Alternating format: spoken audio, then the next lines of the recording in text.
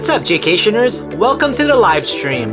We're gonna get started in a couple of minutes, so sit back, relax, and kick your feet up, grab a tasty snack and drink, and let's get ready to explore.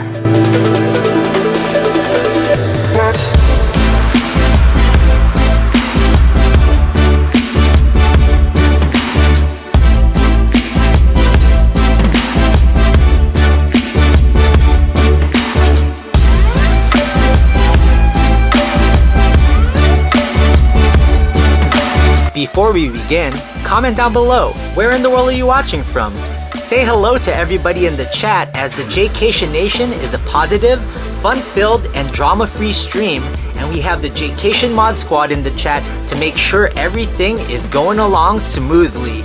Check out my QR code on the upper right-hand corner, and please follow me on all social media platforms.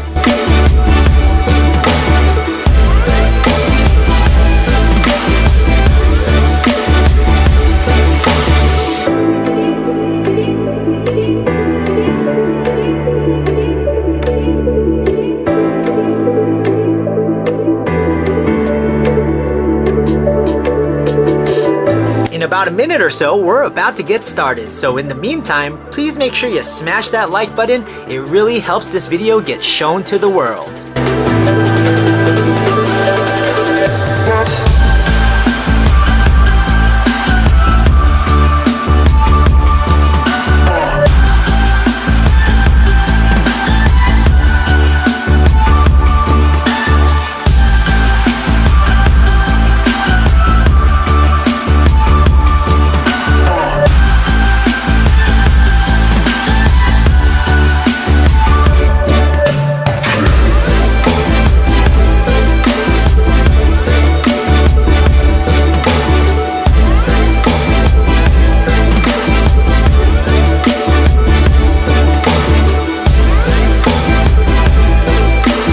Before we get started, make sure you read the rules of the live stream down in the description box below, and make sure to say hi to the Jaycation Mod Squad. They're going to be in the chat making sure everything is positive and running smoothly throughout the stream. In just a couple of seconds, we shall begin. See you soon, Jaycationers.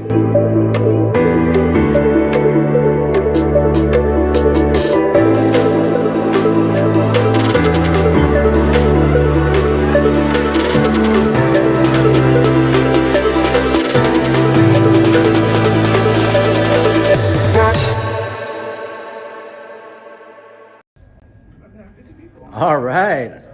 What's up, Jaycationers? We are here at TBEX in Quebec City, and we're about to do a presentation. This is a little pregame show. Everyone's live. We have 58 people here. Say hello. So I'm not going to be answering all the chat questions. I'm going to be talking to everybody here in the audience. So everybody in the chat, thank you for joining. Appreciate it. You guys will be audience. Sorry I haven't been live in like a month and a half, but we've been busy traveling, so we'll get started pretty soon here. I should turn this around real quick. Hey guys, what's up? Got 61 people in the chat, 17 likes. Let's get the like count up. Let's go. Yeah, let's get started.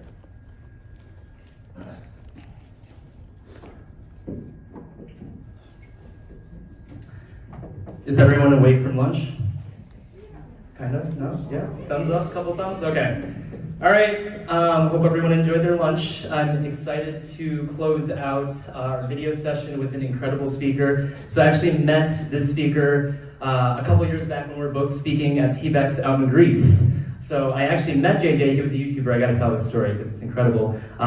He's a YouTuber, but not just that. I found out he was a live streamer. And when I found that out, I was like, how does it work? He's like, you want to see me do it now? I was like, okay. He's like, let's go for a walk. So he took me, Martin Solhagen, and one other friend out for a walk.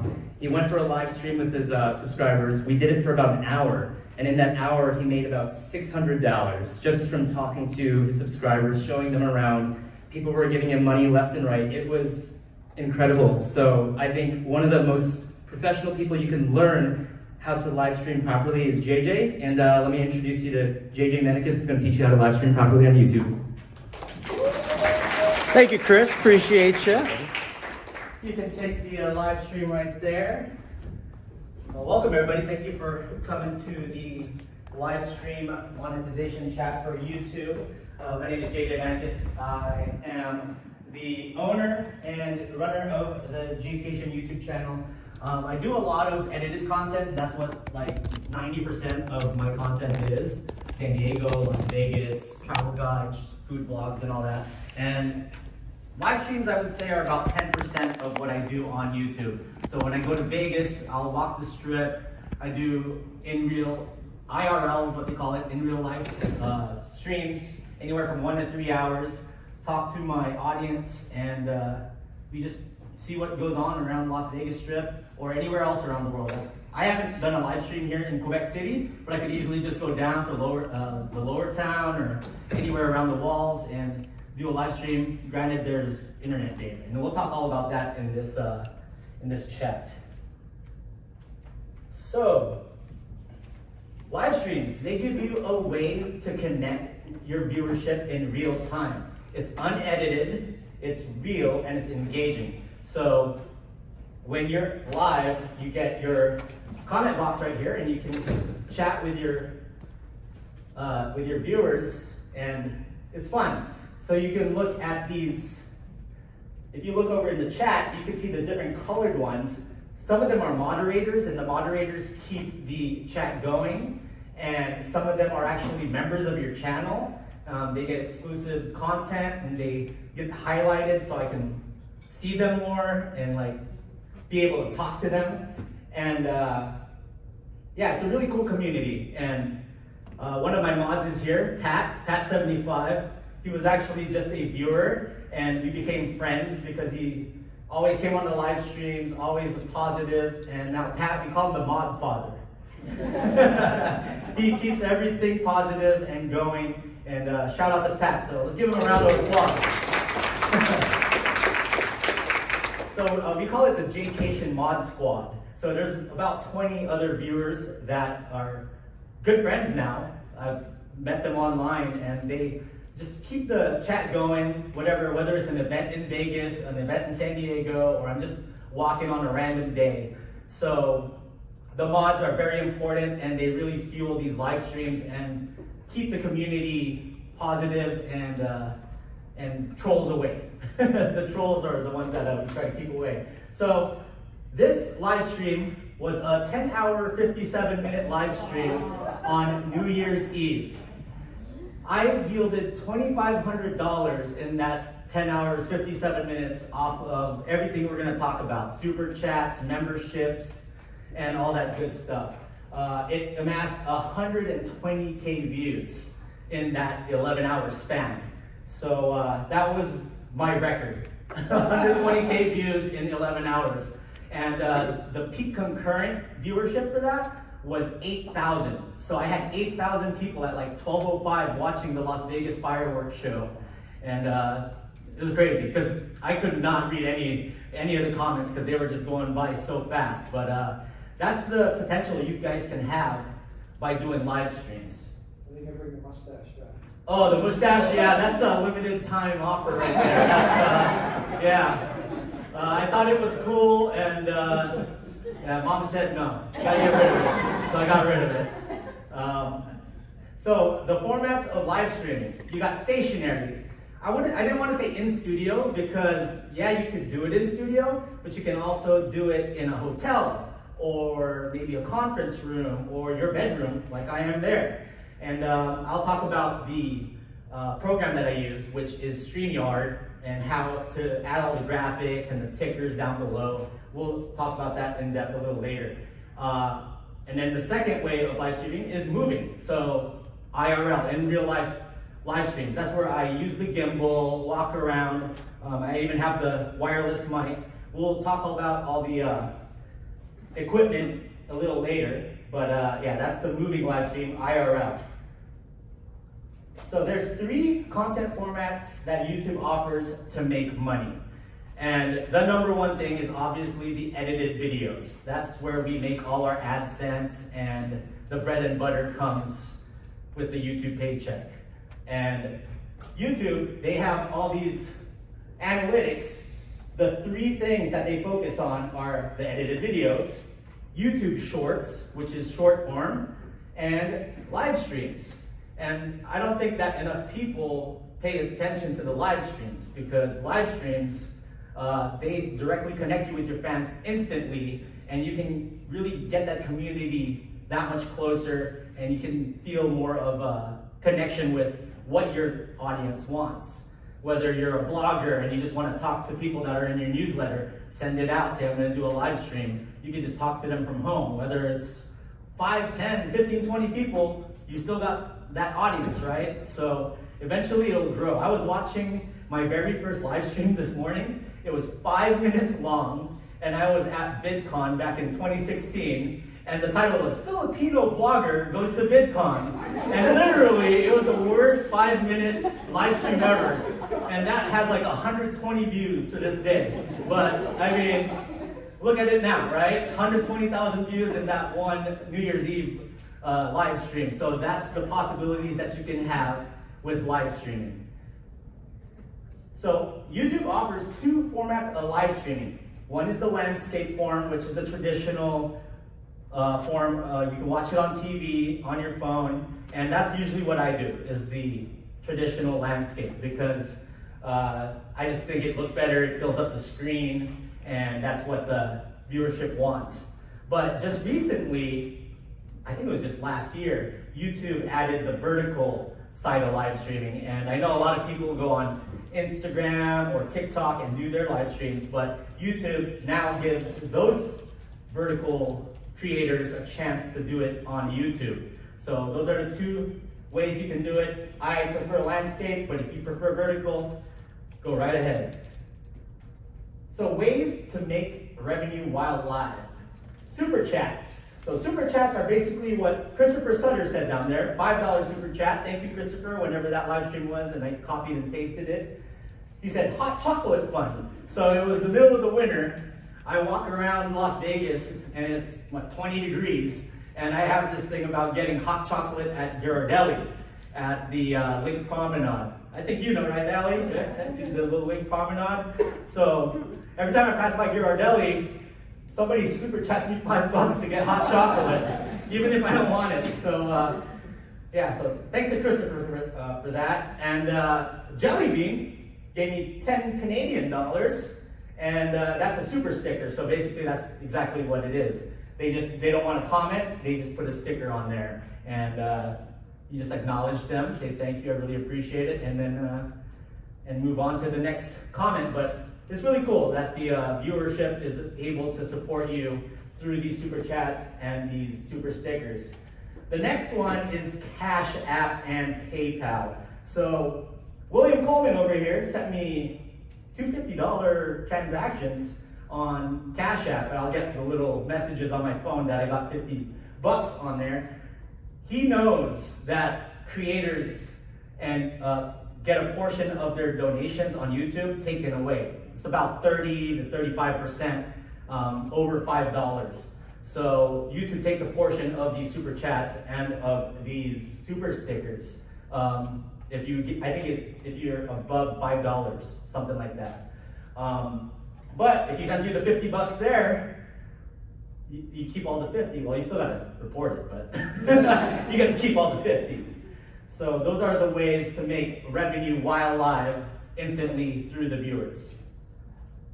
Revenue through subscription-based options. So YouTube has started offering memberships. Gifted memberships. So gifted memberships are like when viewers want to buy memberships for other viewers and then they gift it to them. So those other viewers get a free month membership for your channel, and they see how they like it, and then maybe they continue on or it just expires. But it's just a really nice thing for members to gift to other people in your community so that you can continue growing your membership program on YouTube. And then the third way is Patreon, and Patreon can be huge. I know this guy in Paris, he makes 3,000 to 4,000 euro a month off of his Patreon. And he offers all these exclusive things, live streams, or like edited videos that doesn't get seen on YouTube, that are private. And this is just a picture of JL, who became a member, $3.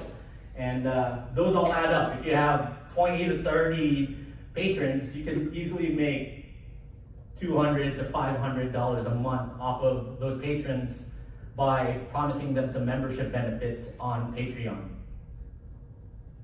Live stream programs. So you wonder, how do we stream? What are ways to stream on here? OBS is one of the popular ones. People use those in studio. Those are more like the pro form of live streaming. It's free and paid. I tried using OBS, but it's a little confusing. So I don't personally use that. But YouTube, the YouTube app is totally free. But the downside about YouTube is they only offer 720p. So your picture is not going to be in 1080 or even close to 4K. So I rarely use YouTube unless I know the internet's really bad and the data, there's not enough data. So I'll use YouTube if I know that the internet's bad, and I'll just go to 720p as a last resort. StreamYard is also a free and a paid membership. StreamYard is awesome. You guys can use StreamYard at home, in studio, and that's where you can just go on a browser. You don't even have to download a program, and you can put tickers, lower thirds, questions, videos, music, all of that within the StreamYard website. And I think it's like $95 a year, and they have a really good option for you to use at home. I think the downside with the $95 option is it doesn't do 1080p. I think you have to pay like $200 a year to do the in-studio 1080p. So StreamYard is a great option for those of you that don't want to walk around and just want to be like in your room, in a classroom, or wherever else you think you want to just be stationary and do your live streams. And then there's other programs, free and paid, but Prism is mine. Prism Live Studio is what a lot of the bigger streamers use because they offer 1080p, and you can add videos, you can add music, you can do all these different widgets and show your Instagram handle in the middle of the stream, all by a click of the button on your phone.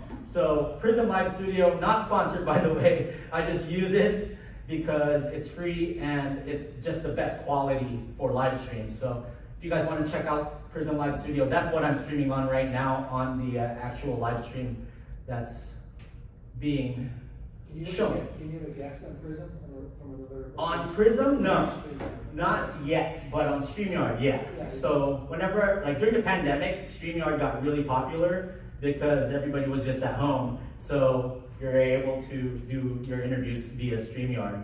I think there's also ways to do it on Zoom, but StreamYard was awesome. It was just easier to use on their interface. So knowing when to stream. So what's the best time to stream? For me, I saw that it's just like a TV show. Friday at 8 o'clock Pacific is probably the best time for people that are coming home, that are viewers and wanting to watch your live stream and unwind. So Fridays, Saturdays, and Sundays are usually, for me, the best times to stream. But for you guys, if you want to figure that out on your own, you'll eventually know when the best time is to do these live streams. And how long to stream? So I usually stream from an hour to 3 hours. That 11-hour thing was an anomaly because it was New Year's Eve and I was crazy and I was like, I'm gonna do a 11 to 12-hour stream. But I found out that the sweet spot is around 3 hours. I even see other YouTube channels in Vegas that go for about 3 hours, and they'll average about 10,000 to 15,000 views, or even more than that. So if you want to hit that milestone of like 10,000 views in that span of time, it's about 3 hours. But you know, you guys can start off with just doing 15-minute ones, 30-minute ones. Just practice and you'll get better. So these are the statistics of my New Year's vlog, my stream. So it shows it's public, it's monetized, there's no copyright restrictions when it was streamed, and how many views it got.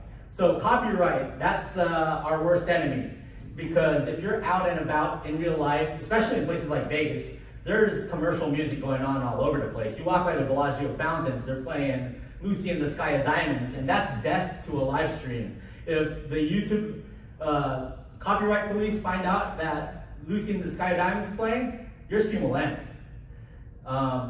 If you're walking by and Pitbull's playing by a nightclub and it picks it up, your stream will get demonetized and you won't be able to make ad revenue off of it, but you'll still be able to get your super chats and all the donations that are given to you, but you just can't, you just won't get the ad revenue. And AdSense isn't really that big, but it still helps in making the money on these live streams. How live streams make you money on the back end. So like I said, AdSense, that's when they can put ads within your live streams. YouTube, just recently, I'd say maybe a half a year ago, they give you an option when you set up your live stream on the YouTube app or on your laptop via the YouTube Studio that you can do like less ads, moderate ads, or aggressive. Aggressive will put ads like every 10 minutes and that'll just annoy your viewers. So I usually try to go moderate so it's respectable. But AdSense is what helps you in the back end make some money. It'll increase your total daily views. So like if you don't have an edited video out and you just want to do a live stream, it will just help the algorithm and your daily views go up a little bit, and it doesn't feel like your channel is being dormant, and YouTube will be like, okay, they're being active, they're doing a live stream, and that's really important. For me, like, as long as I'm getting around 40 to 60,000 daily views total on my channel, that's probably like my wheelhouse of where I want it to be. Is it typical for your RPMs to be that high for a live? For a live, Yeah. it depends. Because that's a high Yeah. high RPM. It depends. This one was for F1 in Vegas, Okay. and that was huge. That was everybody wanted to watch what was going on around Vegas and was curious how the strip closed down and where you can go. So I walked around. You can't show these events, like you can't show F1, right? You're gonna get hit by F1 copyright, or you can't show an NBA game live because it's just illegal. But you can show around what's going on around it, like. After WrestleMania, I walked around the stadium and just showed around what was going on around WrestleMania. And people just want to be live with you and people watch and just hear you react to certain real life things. And that's basically what I end up doing while I'm in Vegas. Live streams only have about a 24 to 48 hour window to be in the algorithm and promoted. After that, most live streams just die down. So when we talk about evergreen videos, I know Steve touched up on it yesterday, live streams are not evergreen videos. You're gonna get all your views while you're live or within a day or two after it ends with people that just wanted to rewatch it, or maybe viewers that ended up missing it. They were asleep, they're in a different part of the world, and they just wanted to see it. So why Prism Live Studio is the best? 1080p picture, that helps out a lot. There's people that will stream in 720p and it just looks like we're back in 2010, right? The internet, it just doesn't look like, it's not watchable. If you watch a 1080p stream on your TV, it almost feels like it's 4K. So that's why I end up doing Prism Live Studio. You can add introductions, so I do an introduction about 2.5 minutes. That gives you time to set up more and time for your audience to filter in, and you're not on the camera, you're just able to set up, maybe your gimbal's not adjusted, and that 2.5 minutes can prove crucial. And if you're not ready when the stream starts, you could be fumbling around and it just wouldn't look cool and nobody's gonna watch your stream. It shows the stream quality. So if it goes down, it'll say it's not 1080p. It'll say the quality is going down because of the data. And you can see your cell reception, how fast the kbps, the bit rate. If it's crashing down, you'll know on the top left side of the screen. And then it'll also tell you more statistics of connectivity data and battery life. You don't want your phone to die from battery. And you can also charge your phone if you're going live, but I could do 3-hour stream without having to charge my phone. But if you have an older battery, who knows? Maybe an hour, maybe less. So any questions so far? Maybe we can do a couple questions. Yeah? Can you use Prism on your desktop? Prism on the desktop. I've never used Prism on desktop. Okay. I think they just have a mobile app. Okay. Yeah. I just, for your type, someone's interested in this, for your type of content, what are the ranges of CPM, because you're doing like more travel, Mhm. content, what are the CPMs in general for your type of content? For live streams? Or Well, it really depends. Like for me, my CPMs are a lot higher when I'm doing content in San Diego or Las Vegas. Okay. So it's just more ad friendly. Yeah. And I was curious one day, like what type of ads are being put in my San Diego video since I'm from there. And they were putting like the local hospitals or Visit San Diego in those videos. And so I was getting paid higher CPM for those local videos. So it's different for different parts of the world. As far as you're talking about the music playing in the background, like by the vlog here or whatever, do you just tend to stay away from those areas, or like the moment you? I try to stay away from it, but if there's just no dodging it, you're in a crowd, you can press mute. It may mess up some people's viewing and audio, It saves you from. yeah, watching, but it saves you from getting the copyright, and most of the time people will understand that. They will totally understand that you're just trying not to get copyright hit. Have you gotten hit with copyright? Oh yeah. I haven't gotten a strike, thank God. But usually when I get those copyrights, I can go back to YouTube Studio and you can trim them out. So it'll tell you from this time to this time, Justin Timberlake was playing, take it off. Or you can mute it. There's 3 ways. You can mute it, replace it with other music that's non-copyright, or just cut it out completely. In the back? So when you're live streaming and people come up and talk to you, are you using the fact that they're coming into your live stream as their permission to be filmed and be on your platform? Or do you? When I'm out and about, Right. I do not wave the camera in front of people, but if we're in a sidewalk and they're passing by, they're passing by. There's nothing you can do. You can maybe just turn your camera around. But if like somebody comes up and says hi, like a viewer, at first I'm gonna acknowledge them off camera and then ask them if they wanted to be on camera to say hi. I said, do you want to be on camera and say hi while it's like off to the side? And if they say yes, boom, then I put the camera towards them. But I try to be as respectful as possible. And definitely I don't try to just like purposely film people walking down the street. How did you power your 10-hour stream? Oh man, I got hangry halfway through, and it was bad. If you watched it, it was pretty bad. Oh, my battery? Yeah, so I had, oh no, how did I power? Whoops. The battery pack, you can do the USB-C thing, and you just gotta take off the microphone. But there's a 2-way splitter that I use now where I can keep the microphone going, but at the same time, charge it. One more and then we'll keep going. Yeah? 2 parts. Okay. Number 1, is there a possibility of adding a delay on it just in case? Yes, and that's done on the YouTube website. You can do like up to, I think, 60 seconds to 2 minutes. So if you want to delay it, you can delay it. Well, just in case you say something you don't want to say, and you want to like back it up.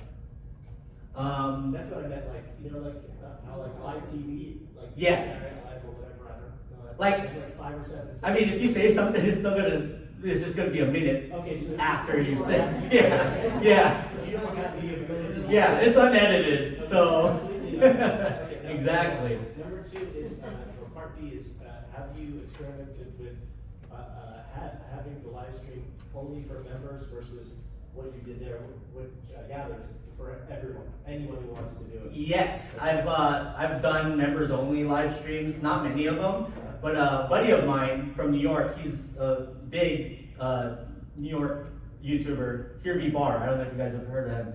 He does monthly private live streams for his patrons So he just sends out those links and then he does the private live streams.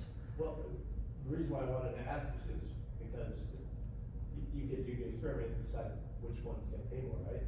Versus the ads versus the membership one would be one perk of the membership. Uh-huh. But it could be something that you would be like touting as the main reason why people would, join the membership. Yeah, you can use that as an option. So you just got to figure out what works best for your community and what you want to do. All right, let's move on here to live stream equipment. So this is the equipment that I use. The first one is the gimbal, which is this guy right here. And this is called the Moza MX Mini, and I think you can get it for like 69 bucks on Amazon. My friend Action Kid, he's one of the bigger live streamers out there. He gave me this. This was his backup, and I've just been using this ever since. But there's so many gimbals out there. There's even AI-powered gimbals that you can use. It just depends on how complicated you want to get with your gimbal, but this one works just fine for me. I use two phones, so obviously the iPhone 15 Pro Max is what I use for the live streams, and then I use my other phone for just making sure the stream is going and nothing bad's happening with the connection. Like right now, let's see if I can pick up the stream. Oh, okay, so it's showing that it's streaming. We got 72 people on here. Hi, Regina Pat. Hi, Bobble Bunny. Hi, Teresa. They're all in the chat right now saying hello, so appreciate you guys for watching. And microphone. What I found works the best for live streams is the Hollyland Lark M2S, which is this. Where is I put it somewhere here. It's this guy. This is the charging port for it, and you get this little thing, and it's right here, and that's the wireless mic, and then you just hook on the USB-C to your phone, and it's completely wireless. So the Lark Hollyland M2S is the best. I also like the DJI mics, but this one has some really good noise canceling, so you can try your best to even get the background noise taken out. And the wind or the music. This is probably my favorite. And SIM cards. I use different SIM cards. Verizon in the US usually works best for me. T-Mobile is my other one, is my backup. And if you're out of the country, somewhere around the world, Saley is what I use, which is an eSIM. But Verizon is usually what I stream with. Make money selling products on live streams. You got merchandise on YouTube. So you can sell your merchandise on a site called Spring. It used to be called Teespring. And it'll show up on the bottom of your live streams and your hoodies. I have a San Diego, California burrito hoodie, and people end up buying those things. So you can also sell your merch on your live streams. Some people, I don't do it personally, but they do Amazon wish list, and their viewers will purchase anything from the wish list as a thank you for doing your live streams. So that was another option. You can do affiliate links, obviously, to your sponsors or other products that you may use, maybe like my Lark M2S. I just put an affiliate link for that, and that will help make some more money on the back end. You can offer some courses or something during your streams, or like you asked earlier, members only live streams. Those are other ways you can sell products.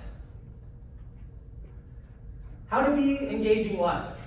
It's important. Be yourself and see how you are unedited. People are like, okay, cool. I can hang out with Jaycation because he's pretty cool on a live stream, unedited, and I react to real life situations, and the way I converse with viewership or people that pass by me, that's what they want to see. And that's how they get hooked onto your channel and become longtime supporters. Like I said, it's real life. You can do giveaways. I've done giveaways, like my 100,000 subscriber giveaway. I was giving away hotel stays and microphones and Jaycation headbands and hoodies and stuff. So you can do some engaging giveaways, and that kind of puts extra work to guys like Pat because they have to write down the addresses and get all the DMs and stuff. But that's a really cool thing you can do for your fan base. And then you can also read you gotta read as many comments as you possibly can. I know a lot of people get overwhelmed, but what I try to do is, if the chat's going fast, I'll just scroll back up and try to at least acknowledge the people that are taking the time out of their day to talk to you and watch your stream. And this was me at WrestleMania before our live stream, and it was fun. The wrestling community was awesome, and it was cool to just go around the stadium and just interact with some of the fans. Did you just talk to people afterwards? I was just showing what was going on, and then if people came up, I asked them if they wanted to talk. Yeah, it was pretty cool. Usually those are the things you want to do at events, since you can't show the actual event. Just show what's happening in and around the stadium, so people are living vicariously through what you're doing. Why live stream? You connect with an audience in real time, so you can instantly talk right back to them. Build a stronger community. You get a tight-knit community. I did a meetup during WrestleMania, and we had over 40 people come, and it was a fun time. It was a bar right outside of the stadium, and it just brings that community and what you're trying to build together. And every now and then, those meetups are great, because it's like a picture op, and you get to know who your viewership is personally. So that's what I enjoy about doing live streams. And YouTube is just one of 3 ways that you can create. It gives you a different perspective of who the creator really is like unedited. Because believe me, when I edit my videos, if I don't like my so's, my ums, my buts, I take them out. But there's no way I can avoid that on live streams. So they just see how you really are in real life. And the in real life situations are what people like. So let's say Pat, before I met him, I knew who he was, and the first time we met, I was so excited. I was like, dude, Pat 75, man, I can't believe it. Thanks for supporting the channel, man, and thanks for being a mod. And maybe 2 years later, we're friends. He's here in Quebec City. Came all the way from Ottawa, so I appreciate you, bro. So that's what's cool. You get that camaraderie with your viewers. Let's talk about the pros. Live stream pros. No need to edit. So you guys know how hard it is to edit. Hours and hours, days and days of editing. You don't need to do that. You can just press end and let it live for however long YouTube lets it live. Build a stronger community. You get those one-on-one interactions. You can bring out your authentic self and be more emotional and more grateful towards people taking time out of their day just to watch you walk around or whatever you have to offer, whether you're in studio or not. And you connect instantly with your audience. So here are the cons. There are a few cons. Not edited, obviously. Obviously, like, you can't take back something you said, unless you just privatize the video after the stream ends. Real life obstacles, you never know what kind of things happen on the streets, so you always gotta keep your head on the swivel. For the most part in Vegas, it's pretty safe. I used to carry pepper spray if I know I'm gonna be somewhere a little dodgy. So real life obstacles, or the internet's bad and it goes in and out of reception, and those are the most annoying obstacles. So internet problems is one thing that you have to deal with. It's a longer length format, so you're getting more watch time hours added onto your channel, which is a great thing. The more time people are spending on your channel and on YouTube, the more you're gonna make money, and YouTube will reward you for that. And people can track you down. It can be a good thing, like guys like Pat 75 can track you down, but it's a good thing. But maybe 1 or 2 times there's, it's a little weird, a little awkward encounter, but for the most part, everybody's been so nice. I try to give them stickers, friendship bracelets, and all that good stuff. I try to give them something Jaycation, because they took the time out of their day to say hi, and they're viewers, and they're just excited to see you. Understanding your statistics. So elapsed time of live stream. Figure out how long you want to stream for. How much energy do you have? Can you go half an hour? Can you go 2 hours, 3 hours, 12 hours, 24 hours? Figure that out. Peak concurrent viewership. How many people are watching your stream live, but what's the most numbers you've got? See how much you can get. Like I usually get around, in Vegas, 500 to 600 on a good day. And then if it's a big event, I can get up to like 1,300 people watching. Super chat revenue, you want to know how much you're getting on your super chats, that's listed in YouTube Analytics. Your AdSense revenue, that's all listed in the analytics side of your video. And the peaks and valleys of retention. So when are people coming into your stream and when are people bailing out? People usually bail out when they have to go to the restroom and I put the Be Right Back video on and they're like, what's this guy doing? Why is he going live? Why is he not live? So that's usually when the retention just drops. Why your members join and how to retain them. Find out why they're joining your channel and how to keep them long-time viewers on your channel. So that's the type of statistics that you want to learn on your channel.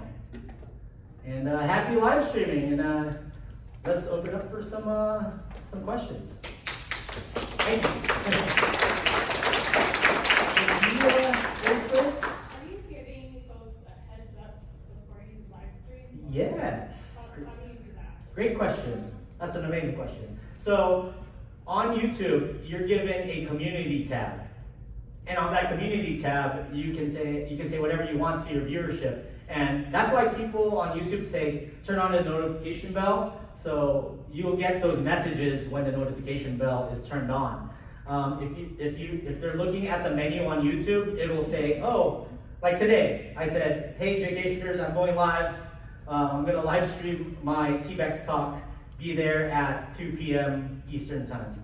So that's a way to do it via community and IG stories. I could do it on IG stories and say, hey guys, here's the link. Come join me at 7 o'clock. I'll be live for 2 hours on the Las Vegas Strip. How often do you live stream? When I'm in Vegas, every other day. Okay. But my priority, I'm always batch filming in Vegas. My priority is filming the edited videos first, and then live streaming.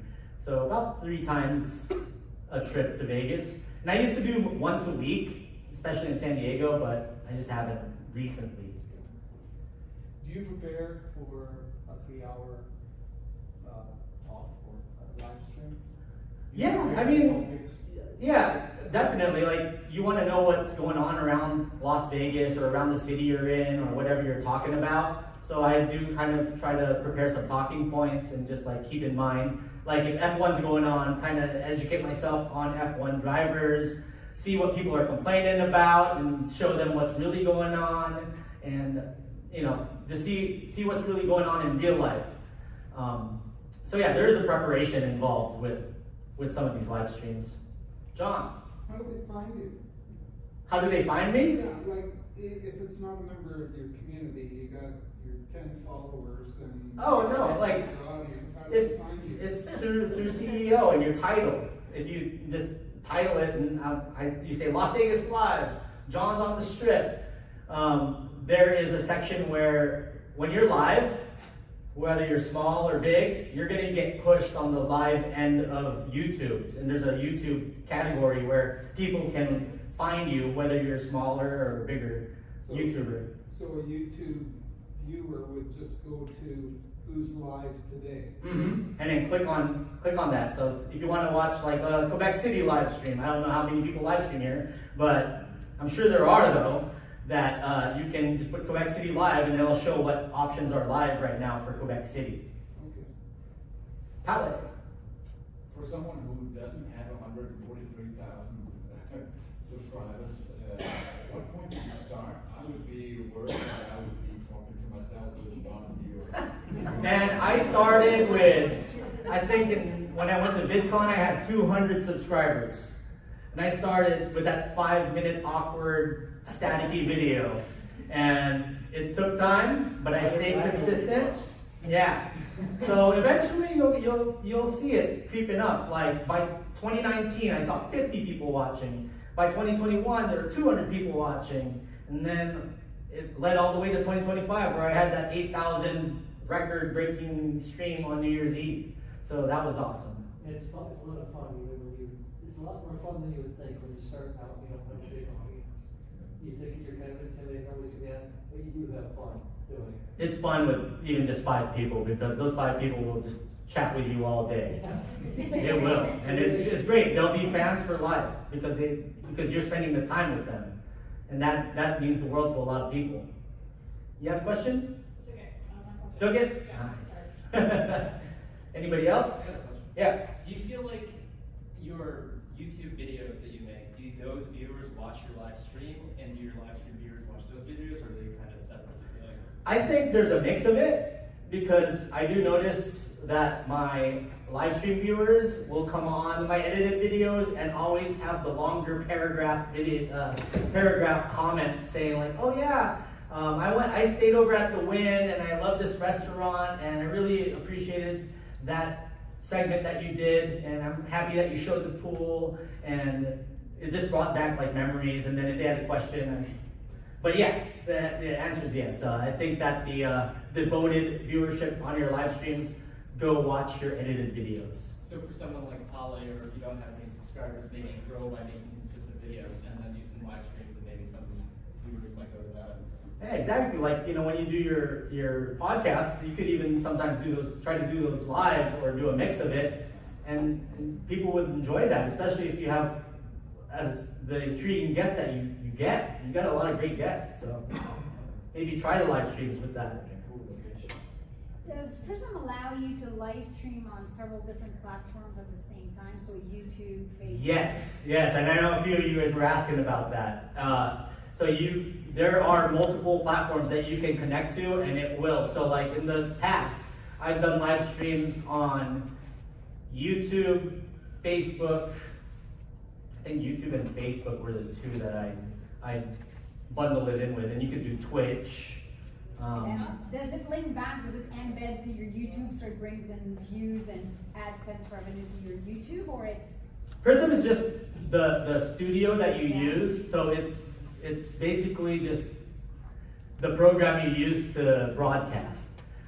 So everything else in the back end is all YouTube. So it's still a YouTube video. Okay. It's just being you're just using Prism and it's linked to your account. So it's still a YouTube video, and it's same for Facebook and Twitch and all the other platforms out there. I think when you're at, those views won't count on. That's what I was asking. Okay. Oh, is that what you mean? Like if a Facebook view? No, it'll just count on the Facebook side of things. Okay. Yeah. Okay. Anybody else? Is it always on your phone? Because like we do YouTube content on your accounts.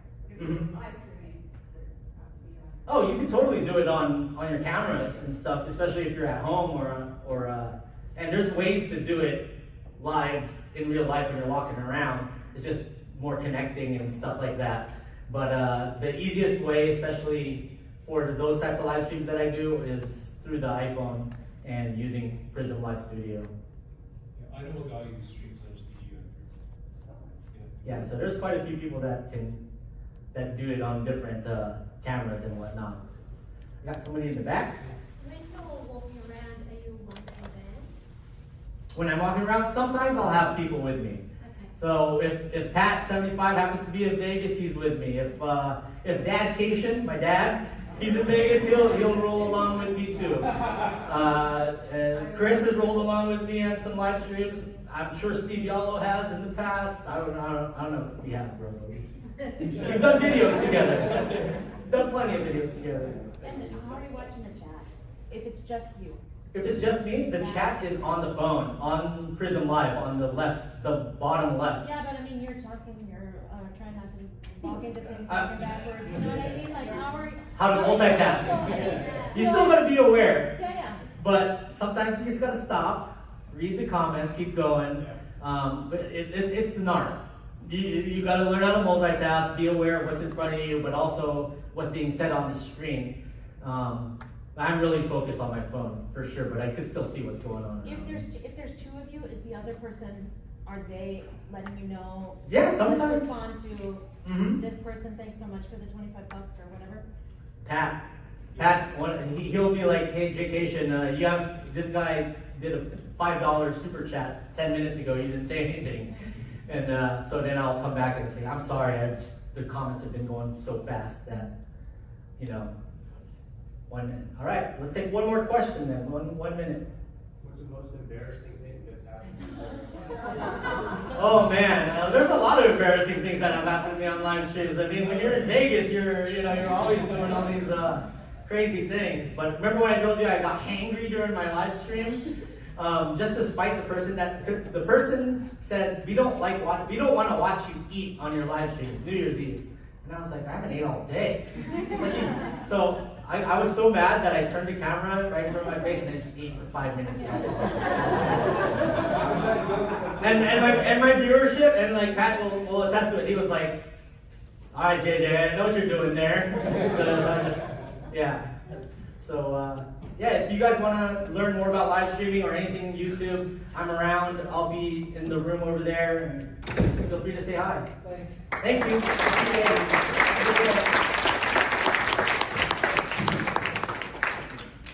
Amazing job, JJ. So now there's a coffee break for about 20 minutes. And then there's speed networking. I want to thank everyone who came and watched the video sections, all the video presentations this year, and enjoy the rest of your day, guys.